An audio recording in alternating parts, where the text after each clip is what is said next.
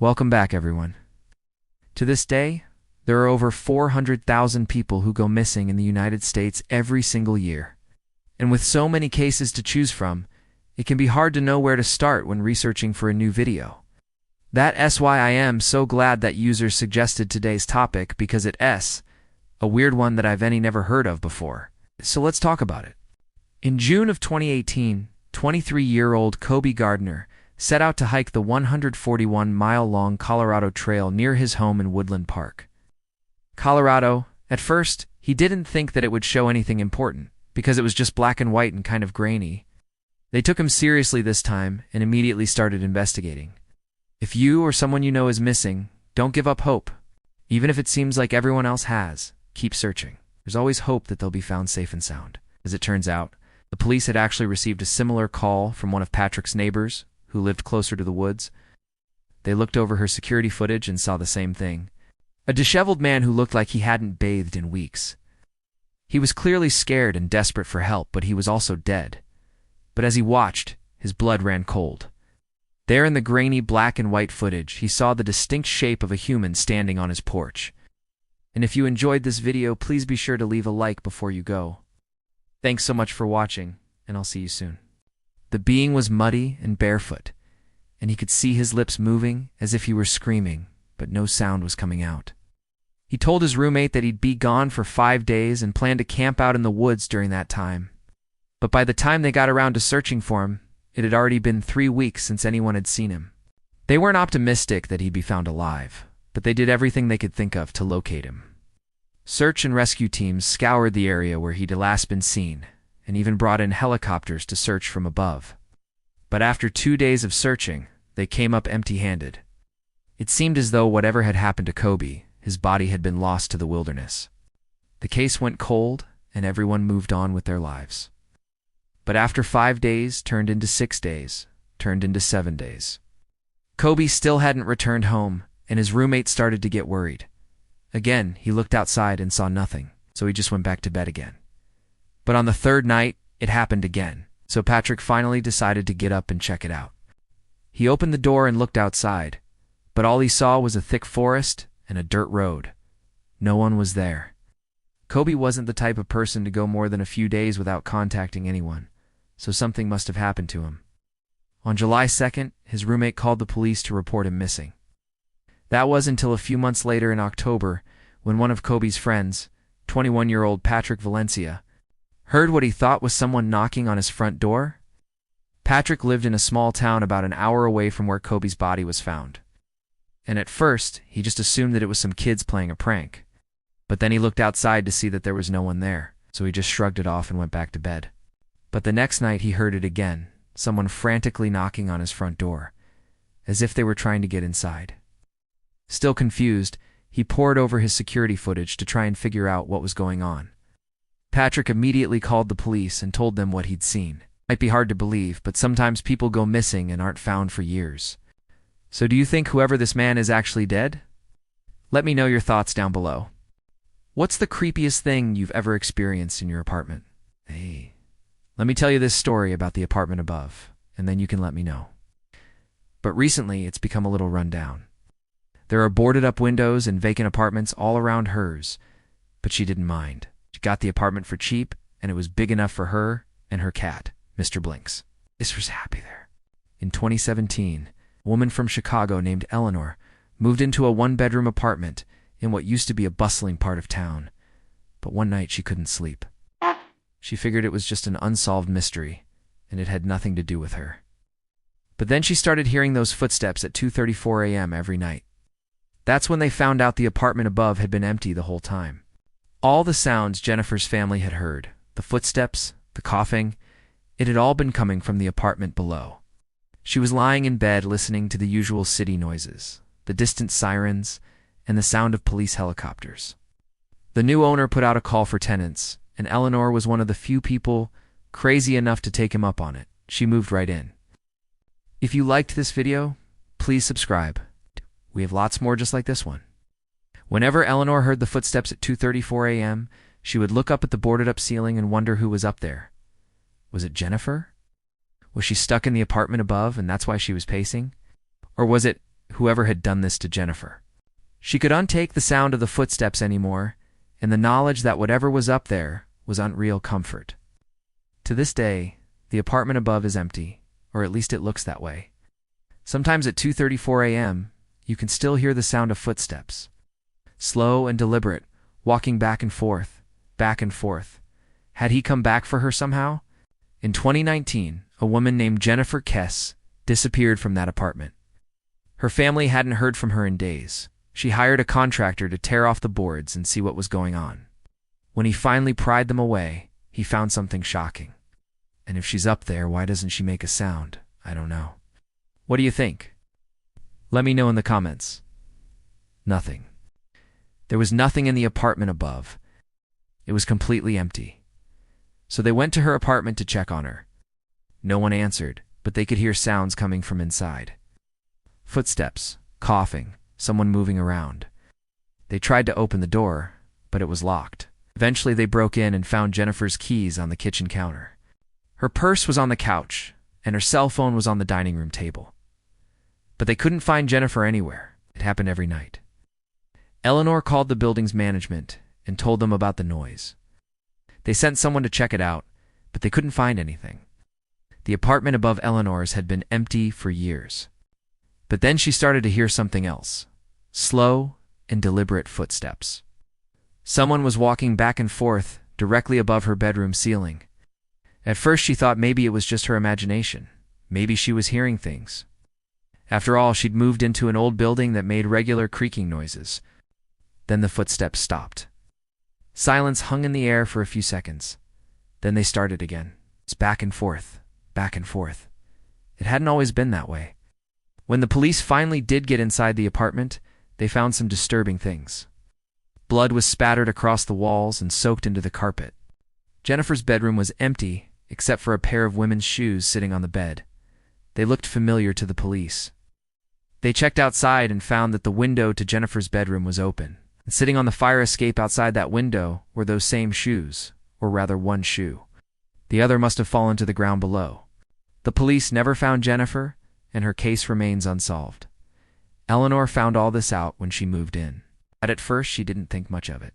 One day, while Rum family was searching for Jennifer's body, they tore up the floorboards in her bedroom. Years passed and the case went cold until 2021, when the building was sold. But no one knew that the apartment above her was still occupied. Well, not officially, at least. Eleanor's landlady eventually took notice of the strange sound and decided she had enough. Eleanor has since moved out. Was Jennifer Cass ever in that apartment? Did she leave or was she taken? And thanks for watching. Welcome to my channel.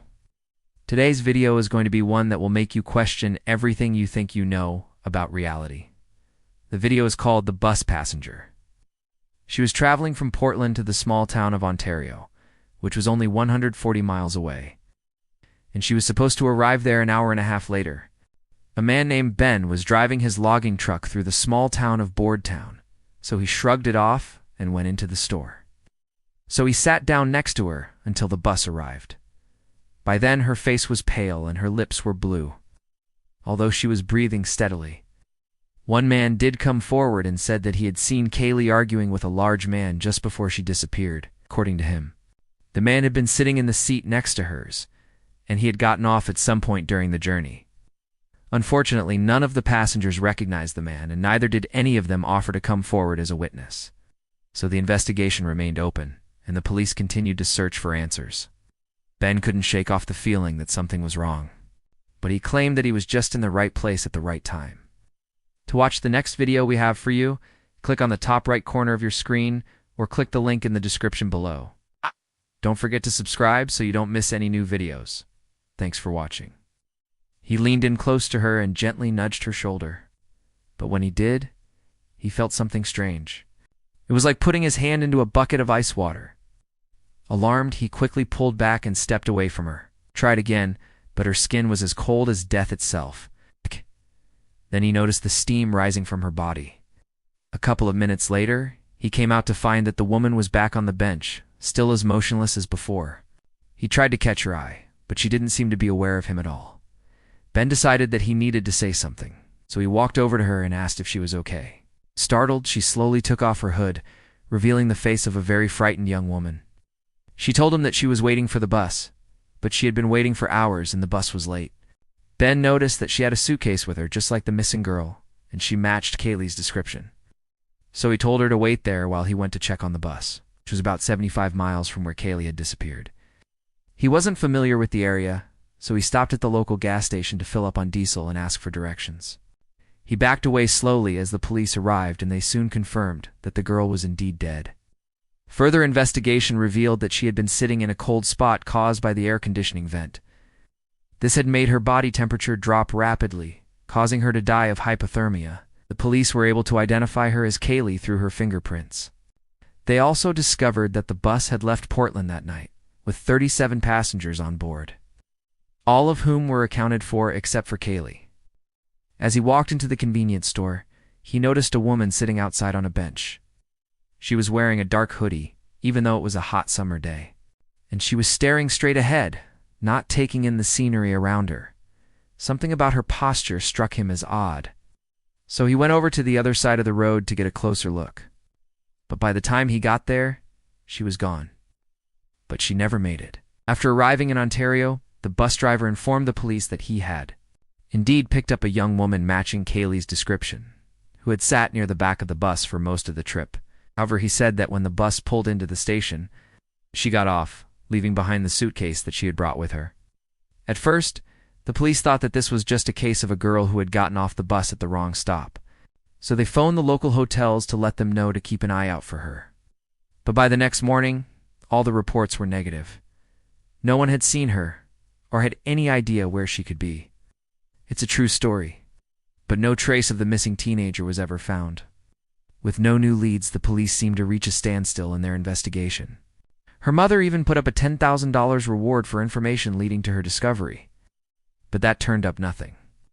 The case went cold, and everyone eventually went back to their lives, assuming that whoever had taken her had done away with her.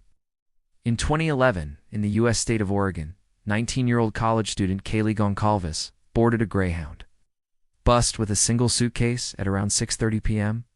Over the next few weeks, several searches were conducted with cadaver dogs and divers scouring the area around the bus station. 2 months after she disappeared, something strange happened. He looked around to see if anyone else had noticed her, but people always come and go. Besides, she wasn't doing anything wrong. When he returned, the woman was still there, but now she was fast asleep. Ben didn't want her to be alone. Ben immediately dialed 911 and told them that there was a dead body on the bus. With new hope, the investigators interviewed each of them to see if anyone knew what had happened to her. As for Ben, he became known as the hero who had found Kaylee. Welcome back to my channel. And today we're going to look at a photo that was taken in California. But there's one thing in the background that just doesn't seem to add up. So let me show you what I'm talking about here. This is a family who were just having some fun in the sun over the summer. It was a great day at the beach. Now, obviously, because this photo was taken a while ago, it makes sense that this photo has been a little bit blurry. They only noticed after they got the photo developed or they viewed it on their camera. And when they saw this figure, they thought it must have been a tourist or a fellow beachgoer. And why didn't he tell anyone that he was going to go to California? The family were shocked. They were confused. They were scared.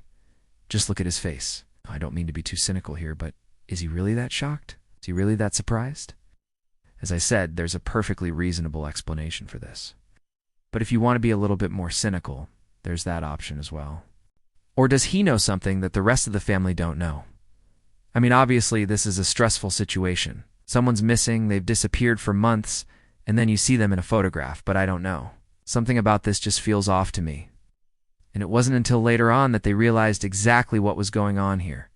But there was something about the figure that just seemed a little off, so they decided to zoom in to take a closer look, to try and make out who this person was. He knew his cousin would turn up at the beach in California. I don't mean to be too cynical here, but it kind of looks like he set this up. Of course, I could be wrong. What do you think? Leave it in the comments section below. I'll see you next time. But this is the internet, and you never really know who you can trust these days. It's not the best quality. But there's still enough detail here that we can make out what's going on. What you need to know is that this person is clearly standing close behind the family, and they appear to be completely naked. The kids are playing around. Here's Mom, He'd been missing for 2 months. He disappeared in another state, and they hadn't seen him since. How on earth had he gotten all the way out to California? The family were understandably pretty shocked. This was their cousin. There's no doubt about it. It's his hair. They all recognized his distinctive hairstyle. It's also his foot. If we zoom in, you can see that he's wearing flip-flops. Again, that's another thing that the family recognized. Their cousin always wore those exact flip-flops everywhere he went. Here's Dad. Everyone seems to be getting along.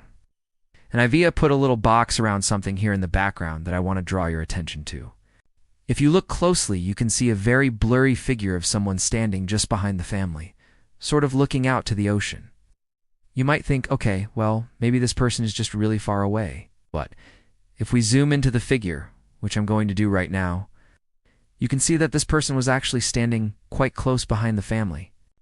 I've been able to crop this image down so much now that we can clearly see this person is only a few feet behind the family. Now, the family had no idea that this person was even there when they took the photo. But when they did, they were horrified to realize that the person in the photo was their own flesh and blood.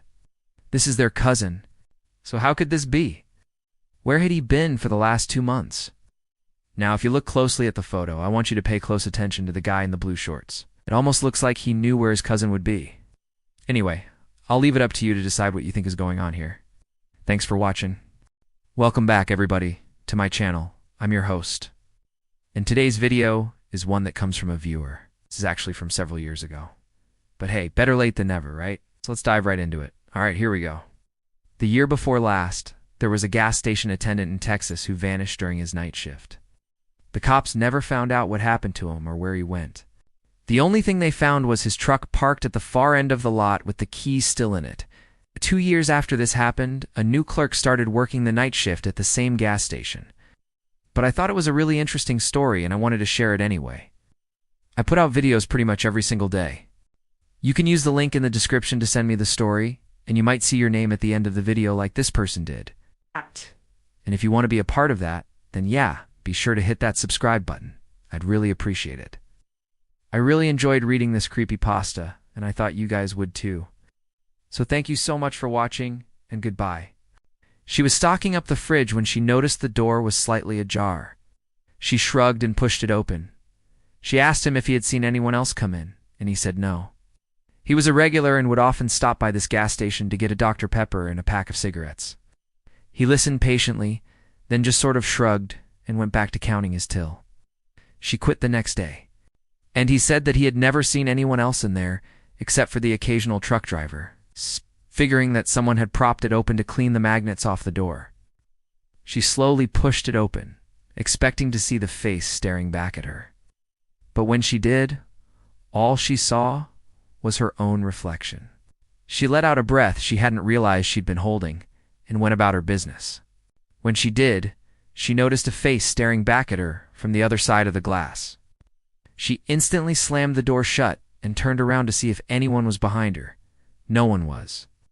She felt a chill run down her spine, but she figured it was just the old AC kicking on, so she went back to putting up the condiments. A few minutes later, she heard the bell above the door jingle and she turned to see a customer. She went back to the fridge again, and this time she didn't slam the door open. Later that week, she told her story to the manager. It's just a weird story, and I couldn't find any news stories about this missing gas station attendant from 2 years prior. I also wanted to tell you guys that if you like this type of content, then be sure to hit that subscribe button. If you have a story that you want to share with me, if you want to listen to more stories like this one, then check out the podcast. We release episodes every single week on various platforms. So I hope you enjoyed this video. In a previous video we did about missing persons, we mentioned Eliza Lamb, but this time it happened here in Chicago. The victim was a 26-year-old real estate agent named Jelani Day, and just like Eliza, she was last seen getting into an elevator in the building where she worked. But unlike Eliza, whose story has remained unsolved for nearly a decade now, some got on the elevator on different floors, and some even rode down to the lobby with Jelani.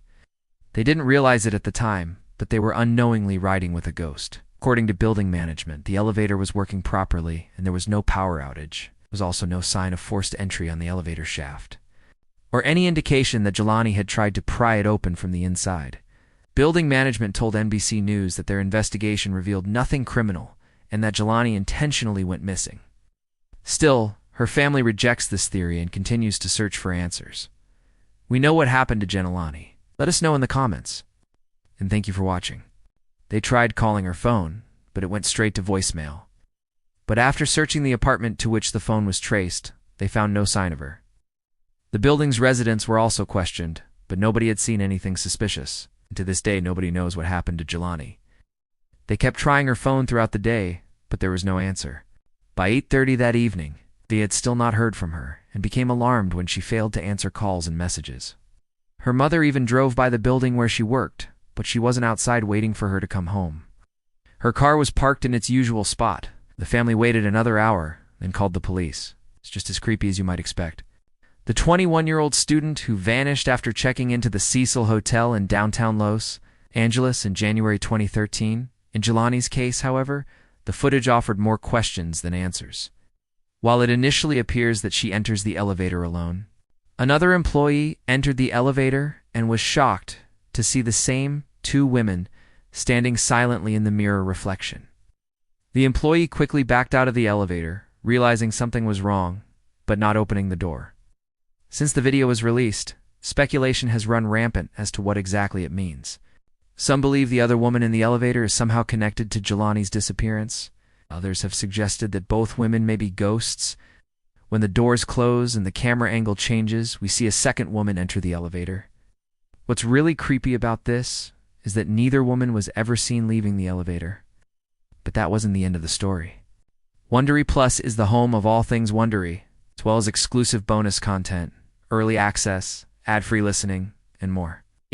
In addition to podcasts from other top creators, Wondery Plus is launching new original series like The Thing About Pam, a true crime drama based on the novel by Keith Morrison and hosted by the one and only Michelle McCool. This captivating 8-episode series takes you inside one of the most infamous trials of the past 2 decades with all new interviews and exclusive details you won't find anywhere else. You'll meet the real people behind the headlines, hear from those who lived through it, and get a deep dive into the case that captivated a nation. Listeners can also look forward to series like Criminal Psychology, Crime Spree, and more. Plus, exclusive bonus episodes for Wondery fans, including the latest news and updates on all of Wondery's most popular podcasts. Her story gained notoriety in part due to strange circumstances surrounding her disappearance, including bizarre behavior she displayed in the weeks leading up to it. She was a real estate agent with a promising career who had just turned 26 the day before. Surveillance cameras show her arriving at the Hirie's office building, where she worked around 8:30 that morning. She was captured on video walking into the building, and then again moments later, getting into the elevator on the first floor. She never came out. As well as the release of security footage showing her entering the elevator of the hotel, but never coming out again. Today we're going to tell you about a case that is eerily similar to Elisa's. Before we begin, we want to thank our sponsor, Wondery Plus. Now back to the video. On May 13th, 2017, Gina Lynn Day left her family's home in the suburb of Oak Park, Illinois, to go into work in downtown Chicago. Over the next few hours, several employees came and went. When Jelani's family realized she hadn't been heard from in a while, officers tracked Jelani's cell phone to the 16th floor of the building where her car was found, like the case of Elisa Lam. The mystery surrounding Jelani's disappearance intensified when security footage was released to the public. For years after Jelani went missing, while the case remains officially unsolved, have you seen this video before? The most popular story this week on our campus news site was about a missing student who suddenly reappeared in a Zoom class after vanishing for weeks. It's a weird one. She was usually one of the first people to join the class and never had any issues with technology. So it was really weird that she just stopped attending. One day the professor even called her family to check up on her because he was worried. They said that she'd been acting really strange lately. Like she'd be awake for days and not sleep, and then fall asleep in class so that she could skip it. And then she disappeared altogether. He got an email from IT saying that they could recover the recording. Because she'd been in the meeting for so long and it had caused the system to crash, it took them until this morning to get everything back online. And yesterday afternoon, the professor got another email from IT saying that they finally managed to kick Sarah out of the meeting and they deleted the recording. Her phone was turned off and no one knew where she was or what happened. Some people are saying that she probably meant to scare everyone, and she did a pretty good job of that. But others are saying that she seemed really scared, and that it was more creepy than anything. Personally, I think she probably just needed help, and hopefully she's okay. But yeah, we'll see what happens next. So let me tell you all the juicy details. If you liked this video, make sure to follow for more. It all started last month when Sarah, a second-year student, didn't show up for her philosophy class on Zoom. So fast forward to this past Thursday. It was the first class back after winter break, and everyone was excited to start the new semester. He kept getting an error message that said the meeting was full, and there was no way to remove Sarah because she was the only participant left. So he ended up having to cancel class and send everyone an email saying that he was so sorry, but due to technical difficulties, class was canceled and to check back later for an updated time. But obviously everyone was already online by then, and they were seeing the comments that he'd made in the meeting. He'd tried calling Sarah's emergency contact and the campus police, and they were worried about her well-being too. But also there were rumors going around about who got COVID over break, and how many people tested positive and things like that. But something was wrong. She wasn't responding to any of the messages in the chat, and she wasn't saying anything. Just stared directly into the camera with wide eyes, and she was breathing heavily as if she was running. Everyone was freaking out and trying to figure out what was going on. Was this some kind of joke? Was she trying to scare people? And then the feed glitched and everyone got kicked out of the meeting. Anyway, when the class started, there were 400 students and 3 professors in the Zoom meeting. They were talking about their plans for the semester, and then suddenly, in the bottom right tile, no one was prepared for what they saw next. It was Sarah. So the professor tried to get back into the meeting, but he couldn't. And then finally, hours later, everyone's been talking about this since it happened. That's all for now. This case has got to be one of the weirdest things that's ever happened to me. Hey there, I'm here. In 2019, I went on a solo camping trip to a campground in Idaho.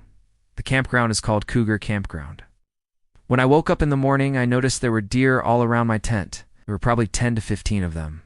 I was kind of scared, but I unzipped my tent and I started to walk away. And as I walked away, grabbed my bear spray and went off down the trail. About 5 minutes into my hike, I heard what sounded like screams in the forest. It sounded like somebody was being murdered. I didn't think much of it, just kind of brushed it off. The helicopter does a search, and we're not really sure what they were looking for. But they fly around for about 30 minutes, and then they leave. They come back and tell us that we queuing stay at the campground anymore, because they have an active search going on for a missing person who matches the description of the guy. That I was camping in that tent. I figured maybe there was a bear in the area, or maybe a mountain lion. I continued my hike. As we're driving down the road, the ranger gets a phone call, and he tells us to pull over. At this point, it's about 4 o'clock in the afternoon. Get to the tent site, and the tent is gone. All that's left are the boot prints in a circle around the tent, which still to this day, I have no idea whose prints they are. The ranger never called us back. He gets out of his car, and he starts looking through the brush along the side of the road. And he comes across these boot prints. And the boot prints go from the road back to the tent site where the tent was previously located. If you liked the video, don't forget to subscribe. Thanks. I looked back and I saw a buck kind of jump out from behind some trees and run off into the forest. And that was pretty cool. And I asked the ranger if he'd heard anything about, screams or anything in the forest. If you have any information, please contact the police. And he said, no, not really. He said, what did it sound like? I described it, and he said, well, let's go check it out. So we turned around and we headed back to where I was hearing the screams. It's about an hour outside of Boise up in the Sawtooth National Recreation. It's a beautiful place. I arrived at the campground late at night and I was exhausted, so I pitched my tent in the dark. As the morning progressed, I started hearing what I thought was yelling in the forest. It sounded like somebody was just yelling and screaming. I didn't think much of it. In the afternoon, I decided to go for a hike, so I packed up my stuff, grabbed my backpack. It was about 2 hours into my hike that I came across a ranger. About 5 minutes after the ranger and I had started walking, we found this tent. Now, when we found the tent, it was in a very strange location. The tent was set up on a gravel bar along the river, kind of in the middle of nowhere. The tent itself looked like it had been there for quite some time. There was no car at the tent, and there was no people anywhere to be seen. The ranger and I checked the tent to see if anybody was inside, but there was nobody in the tent.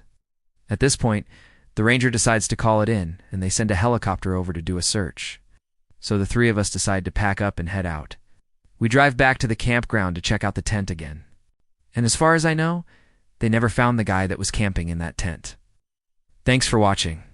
Welcome back to the channel. For today's spooky season episode, let's talk about the girl in the yearbook. The story comes from Jessica, and she says, "I'm writing this because there is no other place I can turn to for an answer." After her funeral, we went back to her room to start the long process of sorting through her things. My husband and I were shocked at how many photos she had taken of herself over the years. Many were silly faces or with her friends, but we noticed one photo that was different. It was a photo taken on the day of her memorial service. That wasn't strange. We immediately went to the school board and showed them the photos on my daughter's phone. We even spoke with the pastor who conducted the funeral, and he was just as baffled as we were. He distinctly remembered not taking any photos that day. The only photos taken that day were the ones taken by the photographer hired by the school to take the pictures for the yearbook. We have never received an answer as to how those photos ended up in the yearbook. It continues to baffle me how those photos survived on her phone.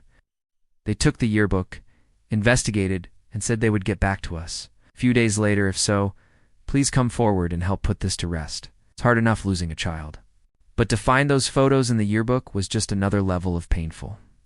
It brings back the hurt and the anger all over again. They called us and told us that they had checked with the photo company and confirmed that the photos were indeed taken after her passing. I had no answers for how those photos got into the yearbook. What was strange was the fact that she had died 2 weeks before that photo was taken. My daughter passed away in a fire at our home in February 2011, but there are 3 photos that were very clear. In these photos, my daughter is smiling. I know that smile. That's my baby girl. Those smiles, they're hers. I have seen those smiles thousands of times. These photos were clearly taken after she passed away. She was a junior at a high school in Florida. She had just turned 17 2 weeks prior to the incident. She was on fire. When the rescue workers arrived at our home, they found her body outside on the driveway. The fire had already spread to the roof by then. They believe the fire started on the first floor, where her bedroom was. The fire marshal ruled the cause of the fire as undetermined. We do know it was an accident and not arson. She was loved by many and was very active in school and in her church youth group. Now, I will admit, some of the photos are blurry and you can't make out the details. My husband and I both remember every single detail of that day. We both know that we left her house that morning. After the funeral, we returned home and didn't go back to the house until later that week to begin cleaning it out. It was during that time that we found her cell phone, which had been destroyed in the fire. On the phone were photos of the 3 images that appeared in the yearbook. The phone was completely destroyed except for those 3 photos. The fire had clearly taken something like a meat cleaver to the phone, but those 3 photos remained intact. When we got the yearbook, we were going through it and saw the photos. We tried to get to the bottom of this. My husband and I wonder if someone somewhere has the answers to these questions. Thank you for watching. See you next time. In 2006, a boy named Brandon Lawson vanished from his New Jersey home. For over a decade, there were no signs of foul play and very little progress in the investigation. But in 2017, one of Brandon's brothers got a series of missed calls from an unknown number. The voicemail that was left was only breathing and then a whisper that sent chills down his spine. So let us look into this case and try to figure out who called Brandon's brother all those years later. They even went to their other dad in jail, but he had nothing to do with Brandon's disappearance. Starts getting these phone calls from this unknown number. When he checked the caller ID, it just said private number. Well, he let it go to voicemail. He made several attempts to track down his biological father, but he didn't want to talk to him. He did, however, run into one of his father's friends and asked him if he knew anything about Brandon's disappearance. We may never know. But what do you think? Let me know in the comments below. And as always, thanks for watching. Friend told him no, but I know who you need to talk to. The friend gave Tito the name of a private investigator and told him that he would know more than anyone else. What he heard on the other end was not a message, just heavy breathing. Then he heard what sounded like his brother Brandon whispering, "I'm still here." Tito was shocked. How could this be possible? Is his brother really out there somewhere? Or is this some kind of sick joke? As days turned into weeks and months, the case went cold. But of course, the person on the other end never called back. Tito decided to call the police, but they told him that they couldn't do anything because they didn't have any leads. They also told him to just ignore the calls. But as we wait for Tito to find his brother, if you're enjoying this video, be sure to subscribe so you don't miss the next one. The place looked like a drug house, and the pie told Tito that this is where his brother most likely was. They never found Brandon, but this gave Tito closure, knowing that his brother wasn't out there somewhere. It meant that whoever did this to Brandon probably did it to protect him, but how could he ignore such an important call? He didn't know where Brandon was, or if he was even alive. Brandon's biological father, Tito's real dad, got out of prison, married his girlfriend, and they moved away. Tito ended up moving in with his grandparents. On July 2006, 3-year-old Brandon Lee Lawson vanished from his New Jersey home. He lived with his mom, dad, and 5 siblings. And at the time of his disappearance, his father was in jail for a weapons charge. His mom and her boyfriend went on a camping trip with her other children, leaving behind Brandon's older brother, Tito, who was 13 at the time, in charge of the household. While they were gone, Tito took a shower, and when he came out, he noticed that Brandon's side of the bed was empty. He assumed that Brandon was in their other dad's room and didn't think much of it until he heard the police show up. This may have made the police think that perhaps the father had taken Brandon, or maybe done something to him. He told them that he had heard arguing between his mom and Charles the night before. Then around 4 a.m., he heard what sounded like a physical altercation coming from his parents' room. At one point, he even said he heard his mother scream, "Stop hitting me." Tito said he got so scared he hid under his bed until morning. He said he heard Brandon crying out for his mom, but assumed that she was with him. Tito said he didn't know Brandon was missing until the police showed up, but they never even made it to the house. You see, when the police arrived at the scene, Brandon's mother told them that she last saw Brandon the night before, when she tucked him into bed. She said that she shared a room with Brandon and her boyfriend at the time. Charles slept in the other room with the rest of their children. That's right, this kid had 2 dads. One was in jail, and the other was sleeping in the next room. While this 3-year-old kid was in the same room as his mom. The day after Brandon went missing, when the police interviewed Tito, the police searched everywhere for Brandon. Fast forward to 2017, Tito is now 24 years old and living his life when out of nowhere. He called the number back, but it just rang and eventually went to voicemail. So he left a message. Tito started doing his own investigation. So Tito reached out to the private investigator, hoping that he could help him find his brother. After Brandon disappeared, the private investigator brought Tito to an abandoned house not too far from where they lived. But who called Tito all those years later?